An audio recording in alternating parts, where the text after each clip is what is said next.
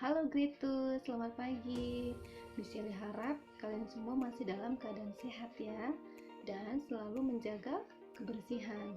Oke, di video kali ini Michelle akan mereview atau mengulang pelajaran bahasa Indonesia kita tentang dongeng. Masih ingat kan dongeng? Nah, apa itu dongeng? Dongeng adalah kisah yang menceritakan sebuah cerita khayalan yang cerita itu tidak benar-benar terjadi. Nah, sebuah dongeng ini harus mempunyai beberapa unsur penting. Nah, apa saja unsur-unsur itu? Yang pertama adalah tema. Nah, tema itu adalah gagasan utama dalam sebuah dongeng. Misalkan, dongeng itu menceritakan tentang persahabatan, tentang kebersihan, atau tentang pendidikan. Itu bagian dari tema. Nah, yang kedua adalah latar. Unsur yang kedua adalah latar. Apa itu latar? Latar itu adalah tempat atau waktu kejadian sebuah dongeng.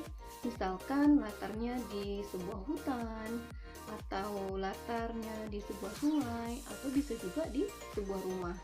Itulah yang disebut dengan latar. Yang ketiga adalah alur cerita. Alur itu sama dengan jalannya cerita. Bagaimana jalan ceritanya dari awal sampai akhir. Nah, yang keempat ada tokoh. Nah, tokoh itu adalah orang yang berperan dalam sebuah cerita. Nah, menurut sifatnya, tokoh ini bisa kita bagi menjadi dua. Ada tokoh protagonis, itu adalah tokoh yang mempunyai sifat yang baik, seperti penyabar, penyayang, suka menolong. Nah, itu termasuk tokoh protagonis. Dan yang kedua adalah tokoh antagonis.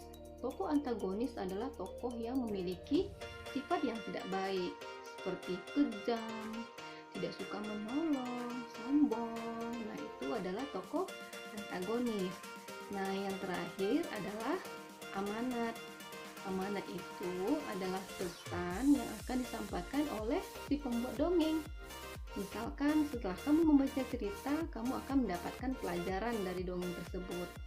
Nah, misalkan kita tidak boleh sombong, atau kita harus saling menyayangi.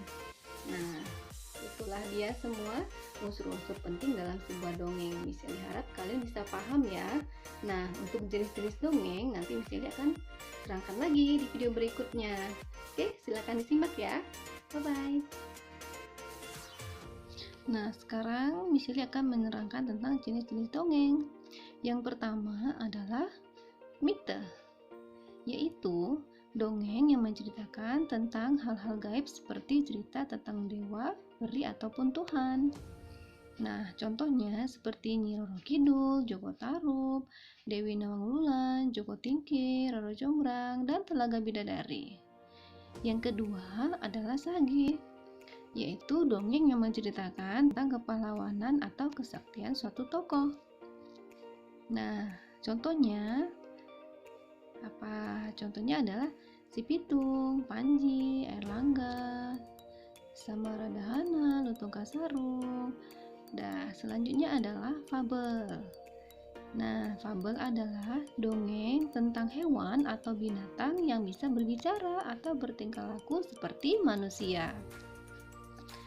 Contohnya seperti kelinci dan kura-kura, kancil dan buaya, ikan emas ajaib, anak kambing dan serigala, anjing dan bangau. Dan selanjutnya adalah legenda. Legenda yaitu dongeng yang menceritakan tentang suatu peristiwa mengenai asal-usul suatu benda atau suatu tempat. Contohnya asal mula Banyuwangi, asal mula Surabaya, Danau Toba, Batu Menangis, dan Tangkuban Perahu.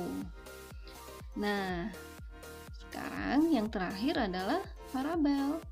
Itu dongeng yang mengandung nilai-nilai pendidikan, baik pendidikan agama, moral, atau pendidikan yang lainnya, seperti cerita Malin Kundang, peniup seruling ajaib, petani yang baik hati, dan si kebaya. Oke, sekian dulu Nana, terima kasih.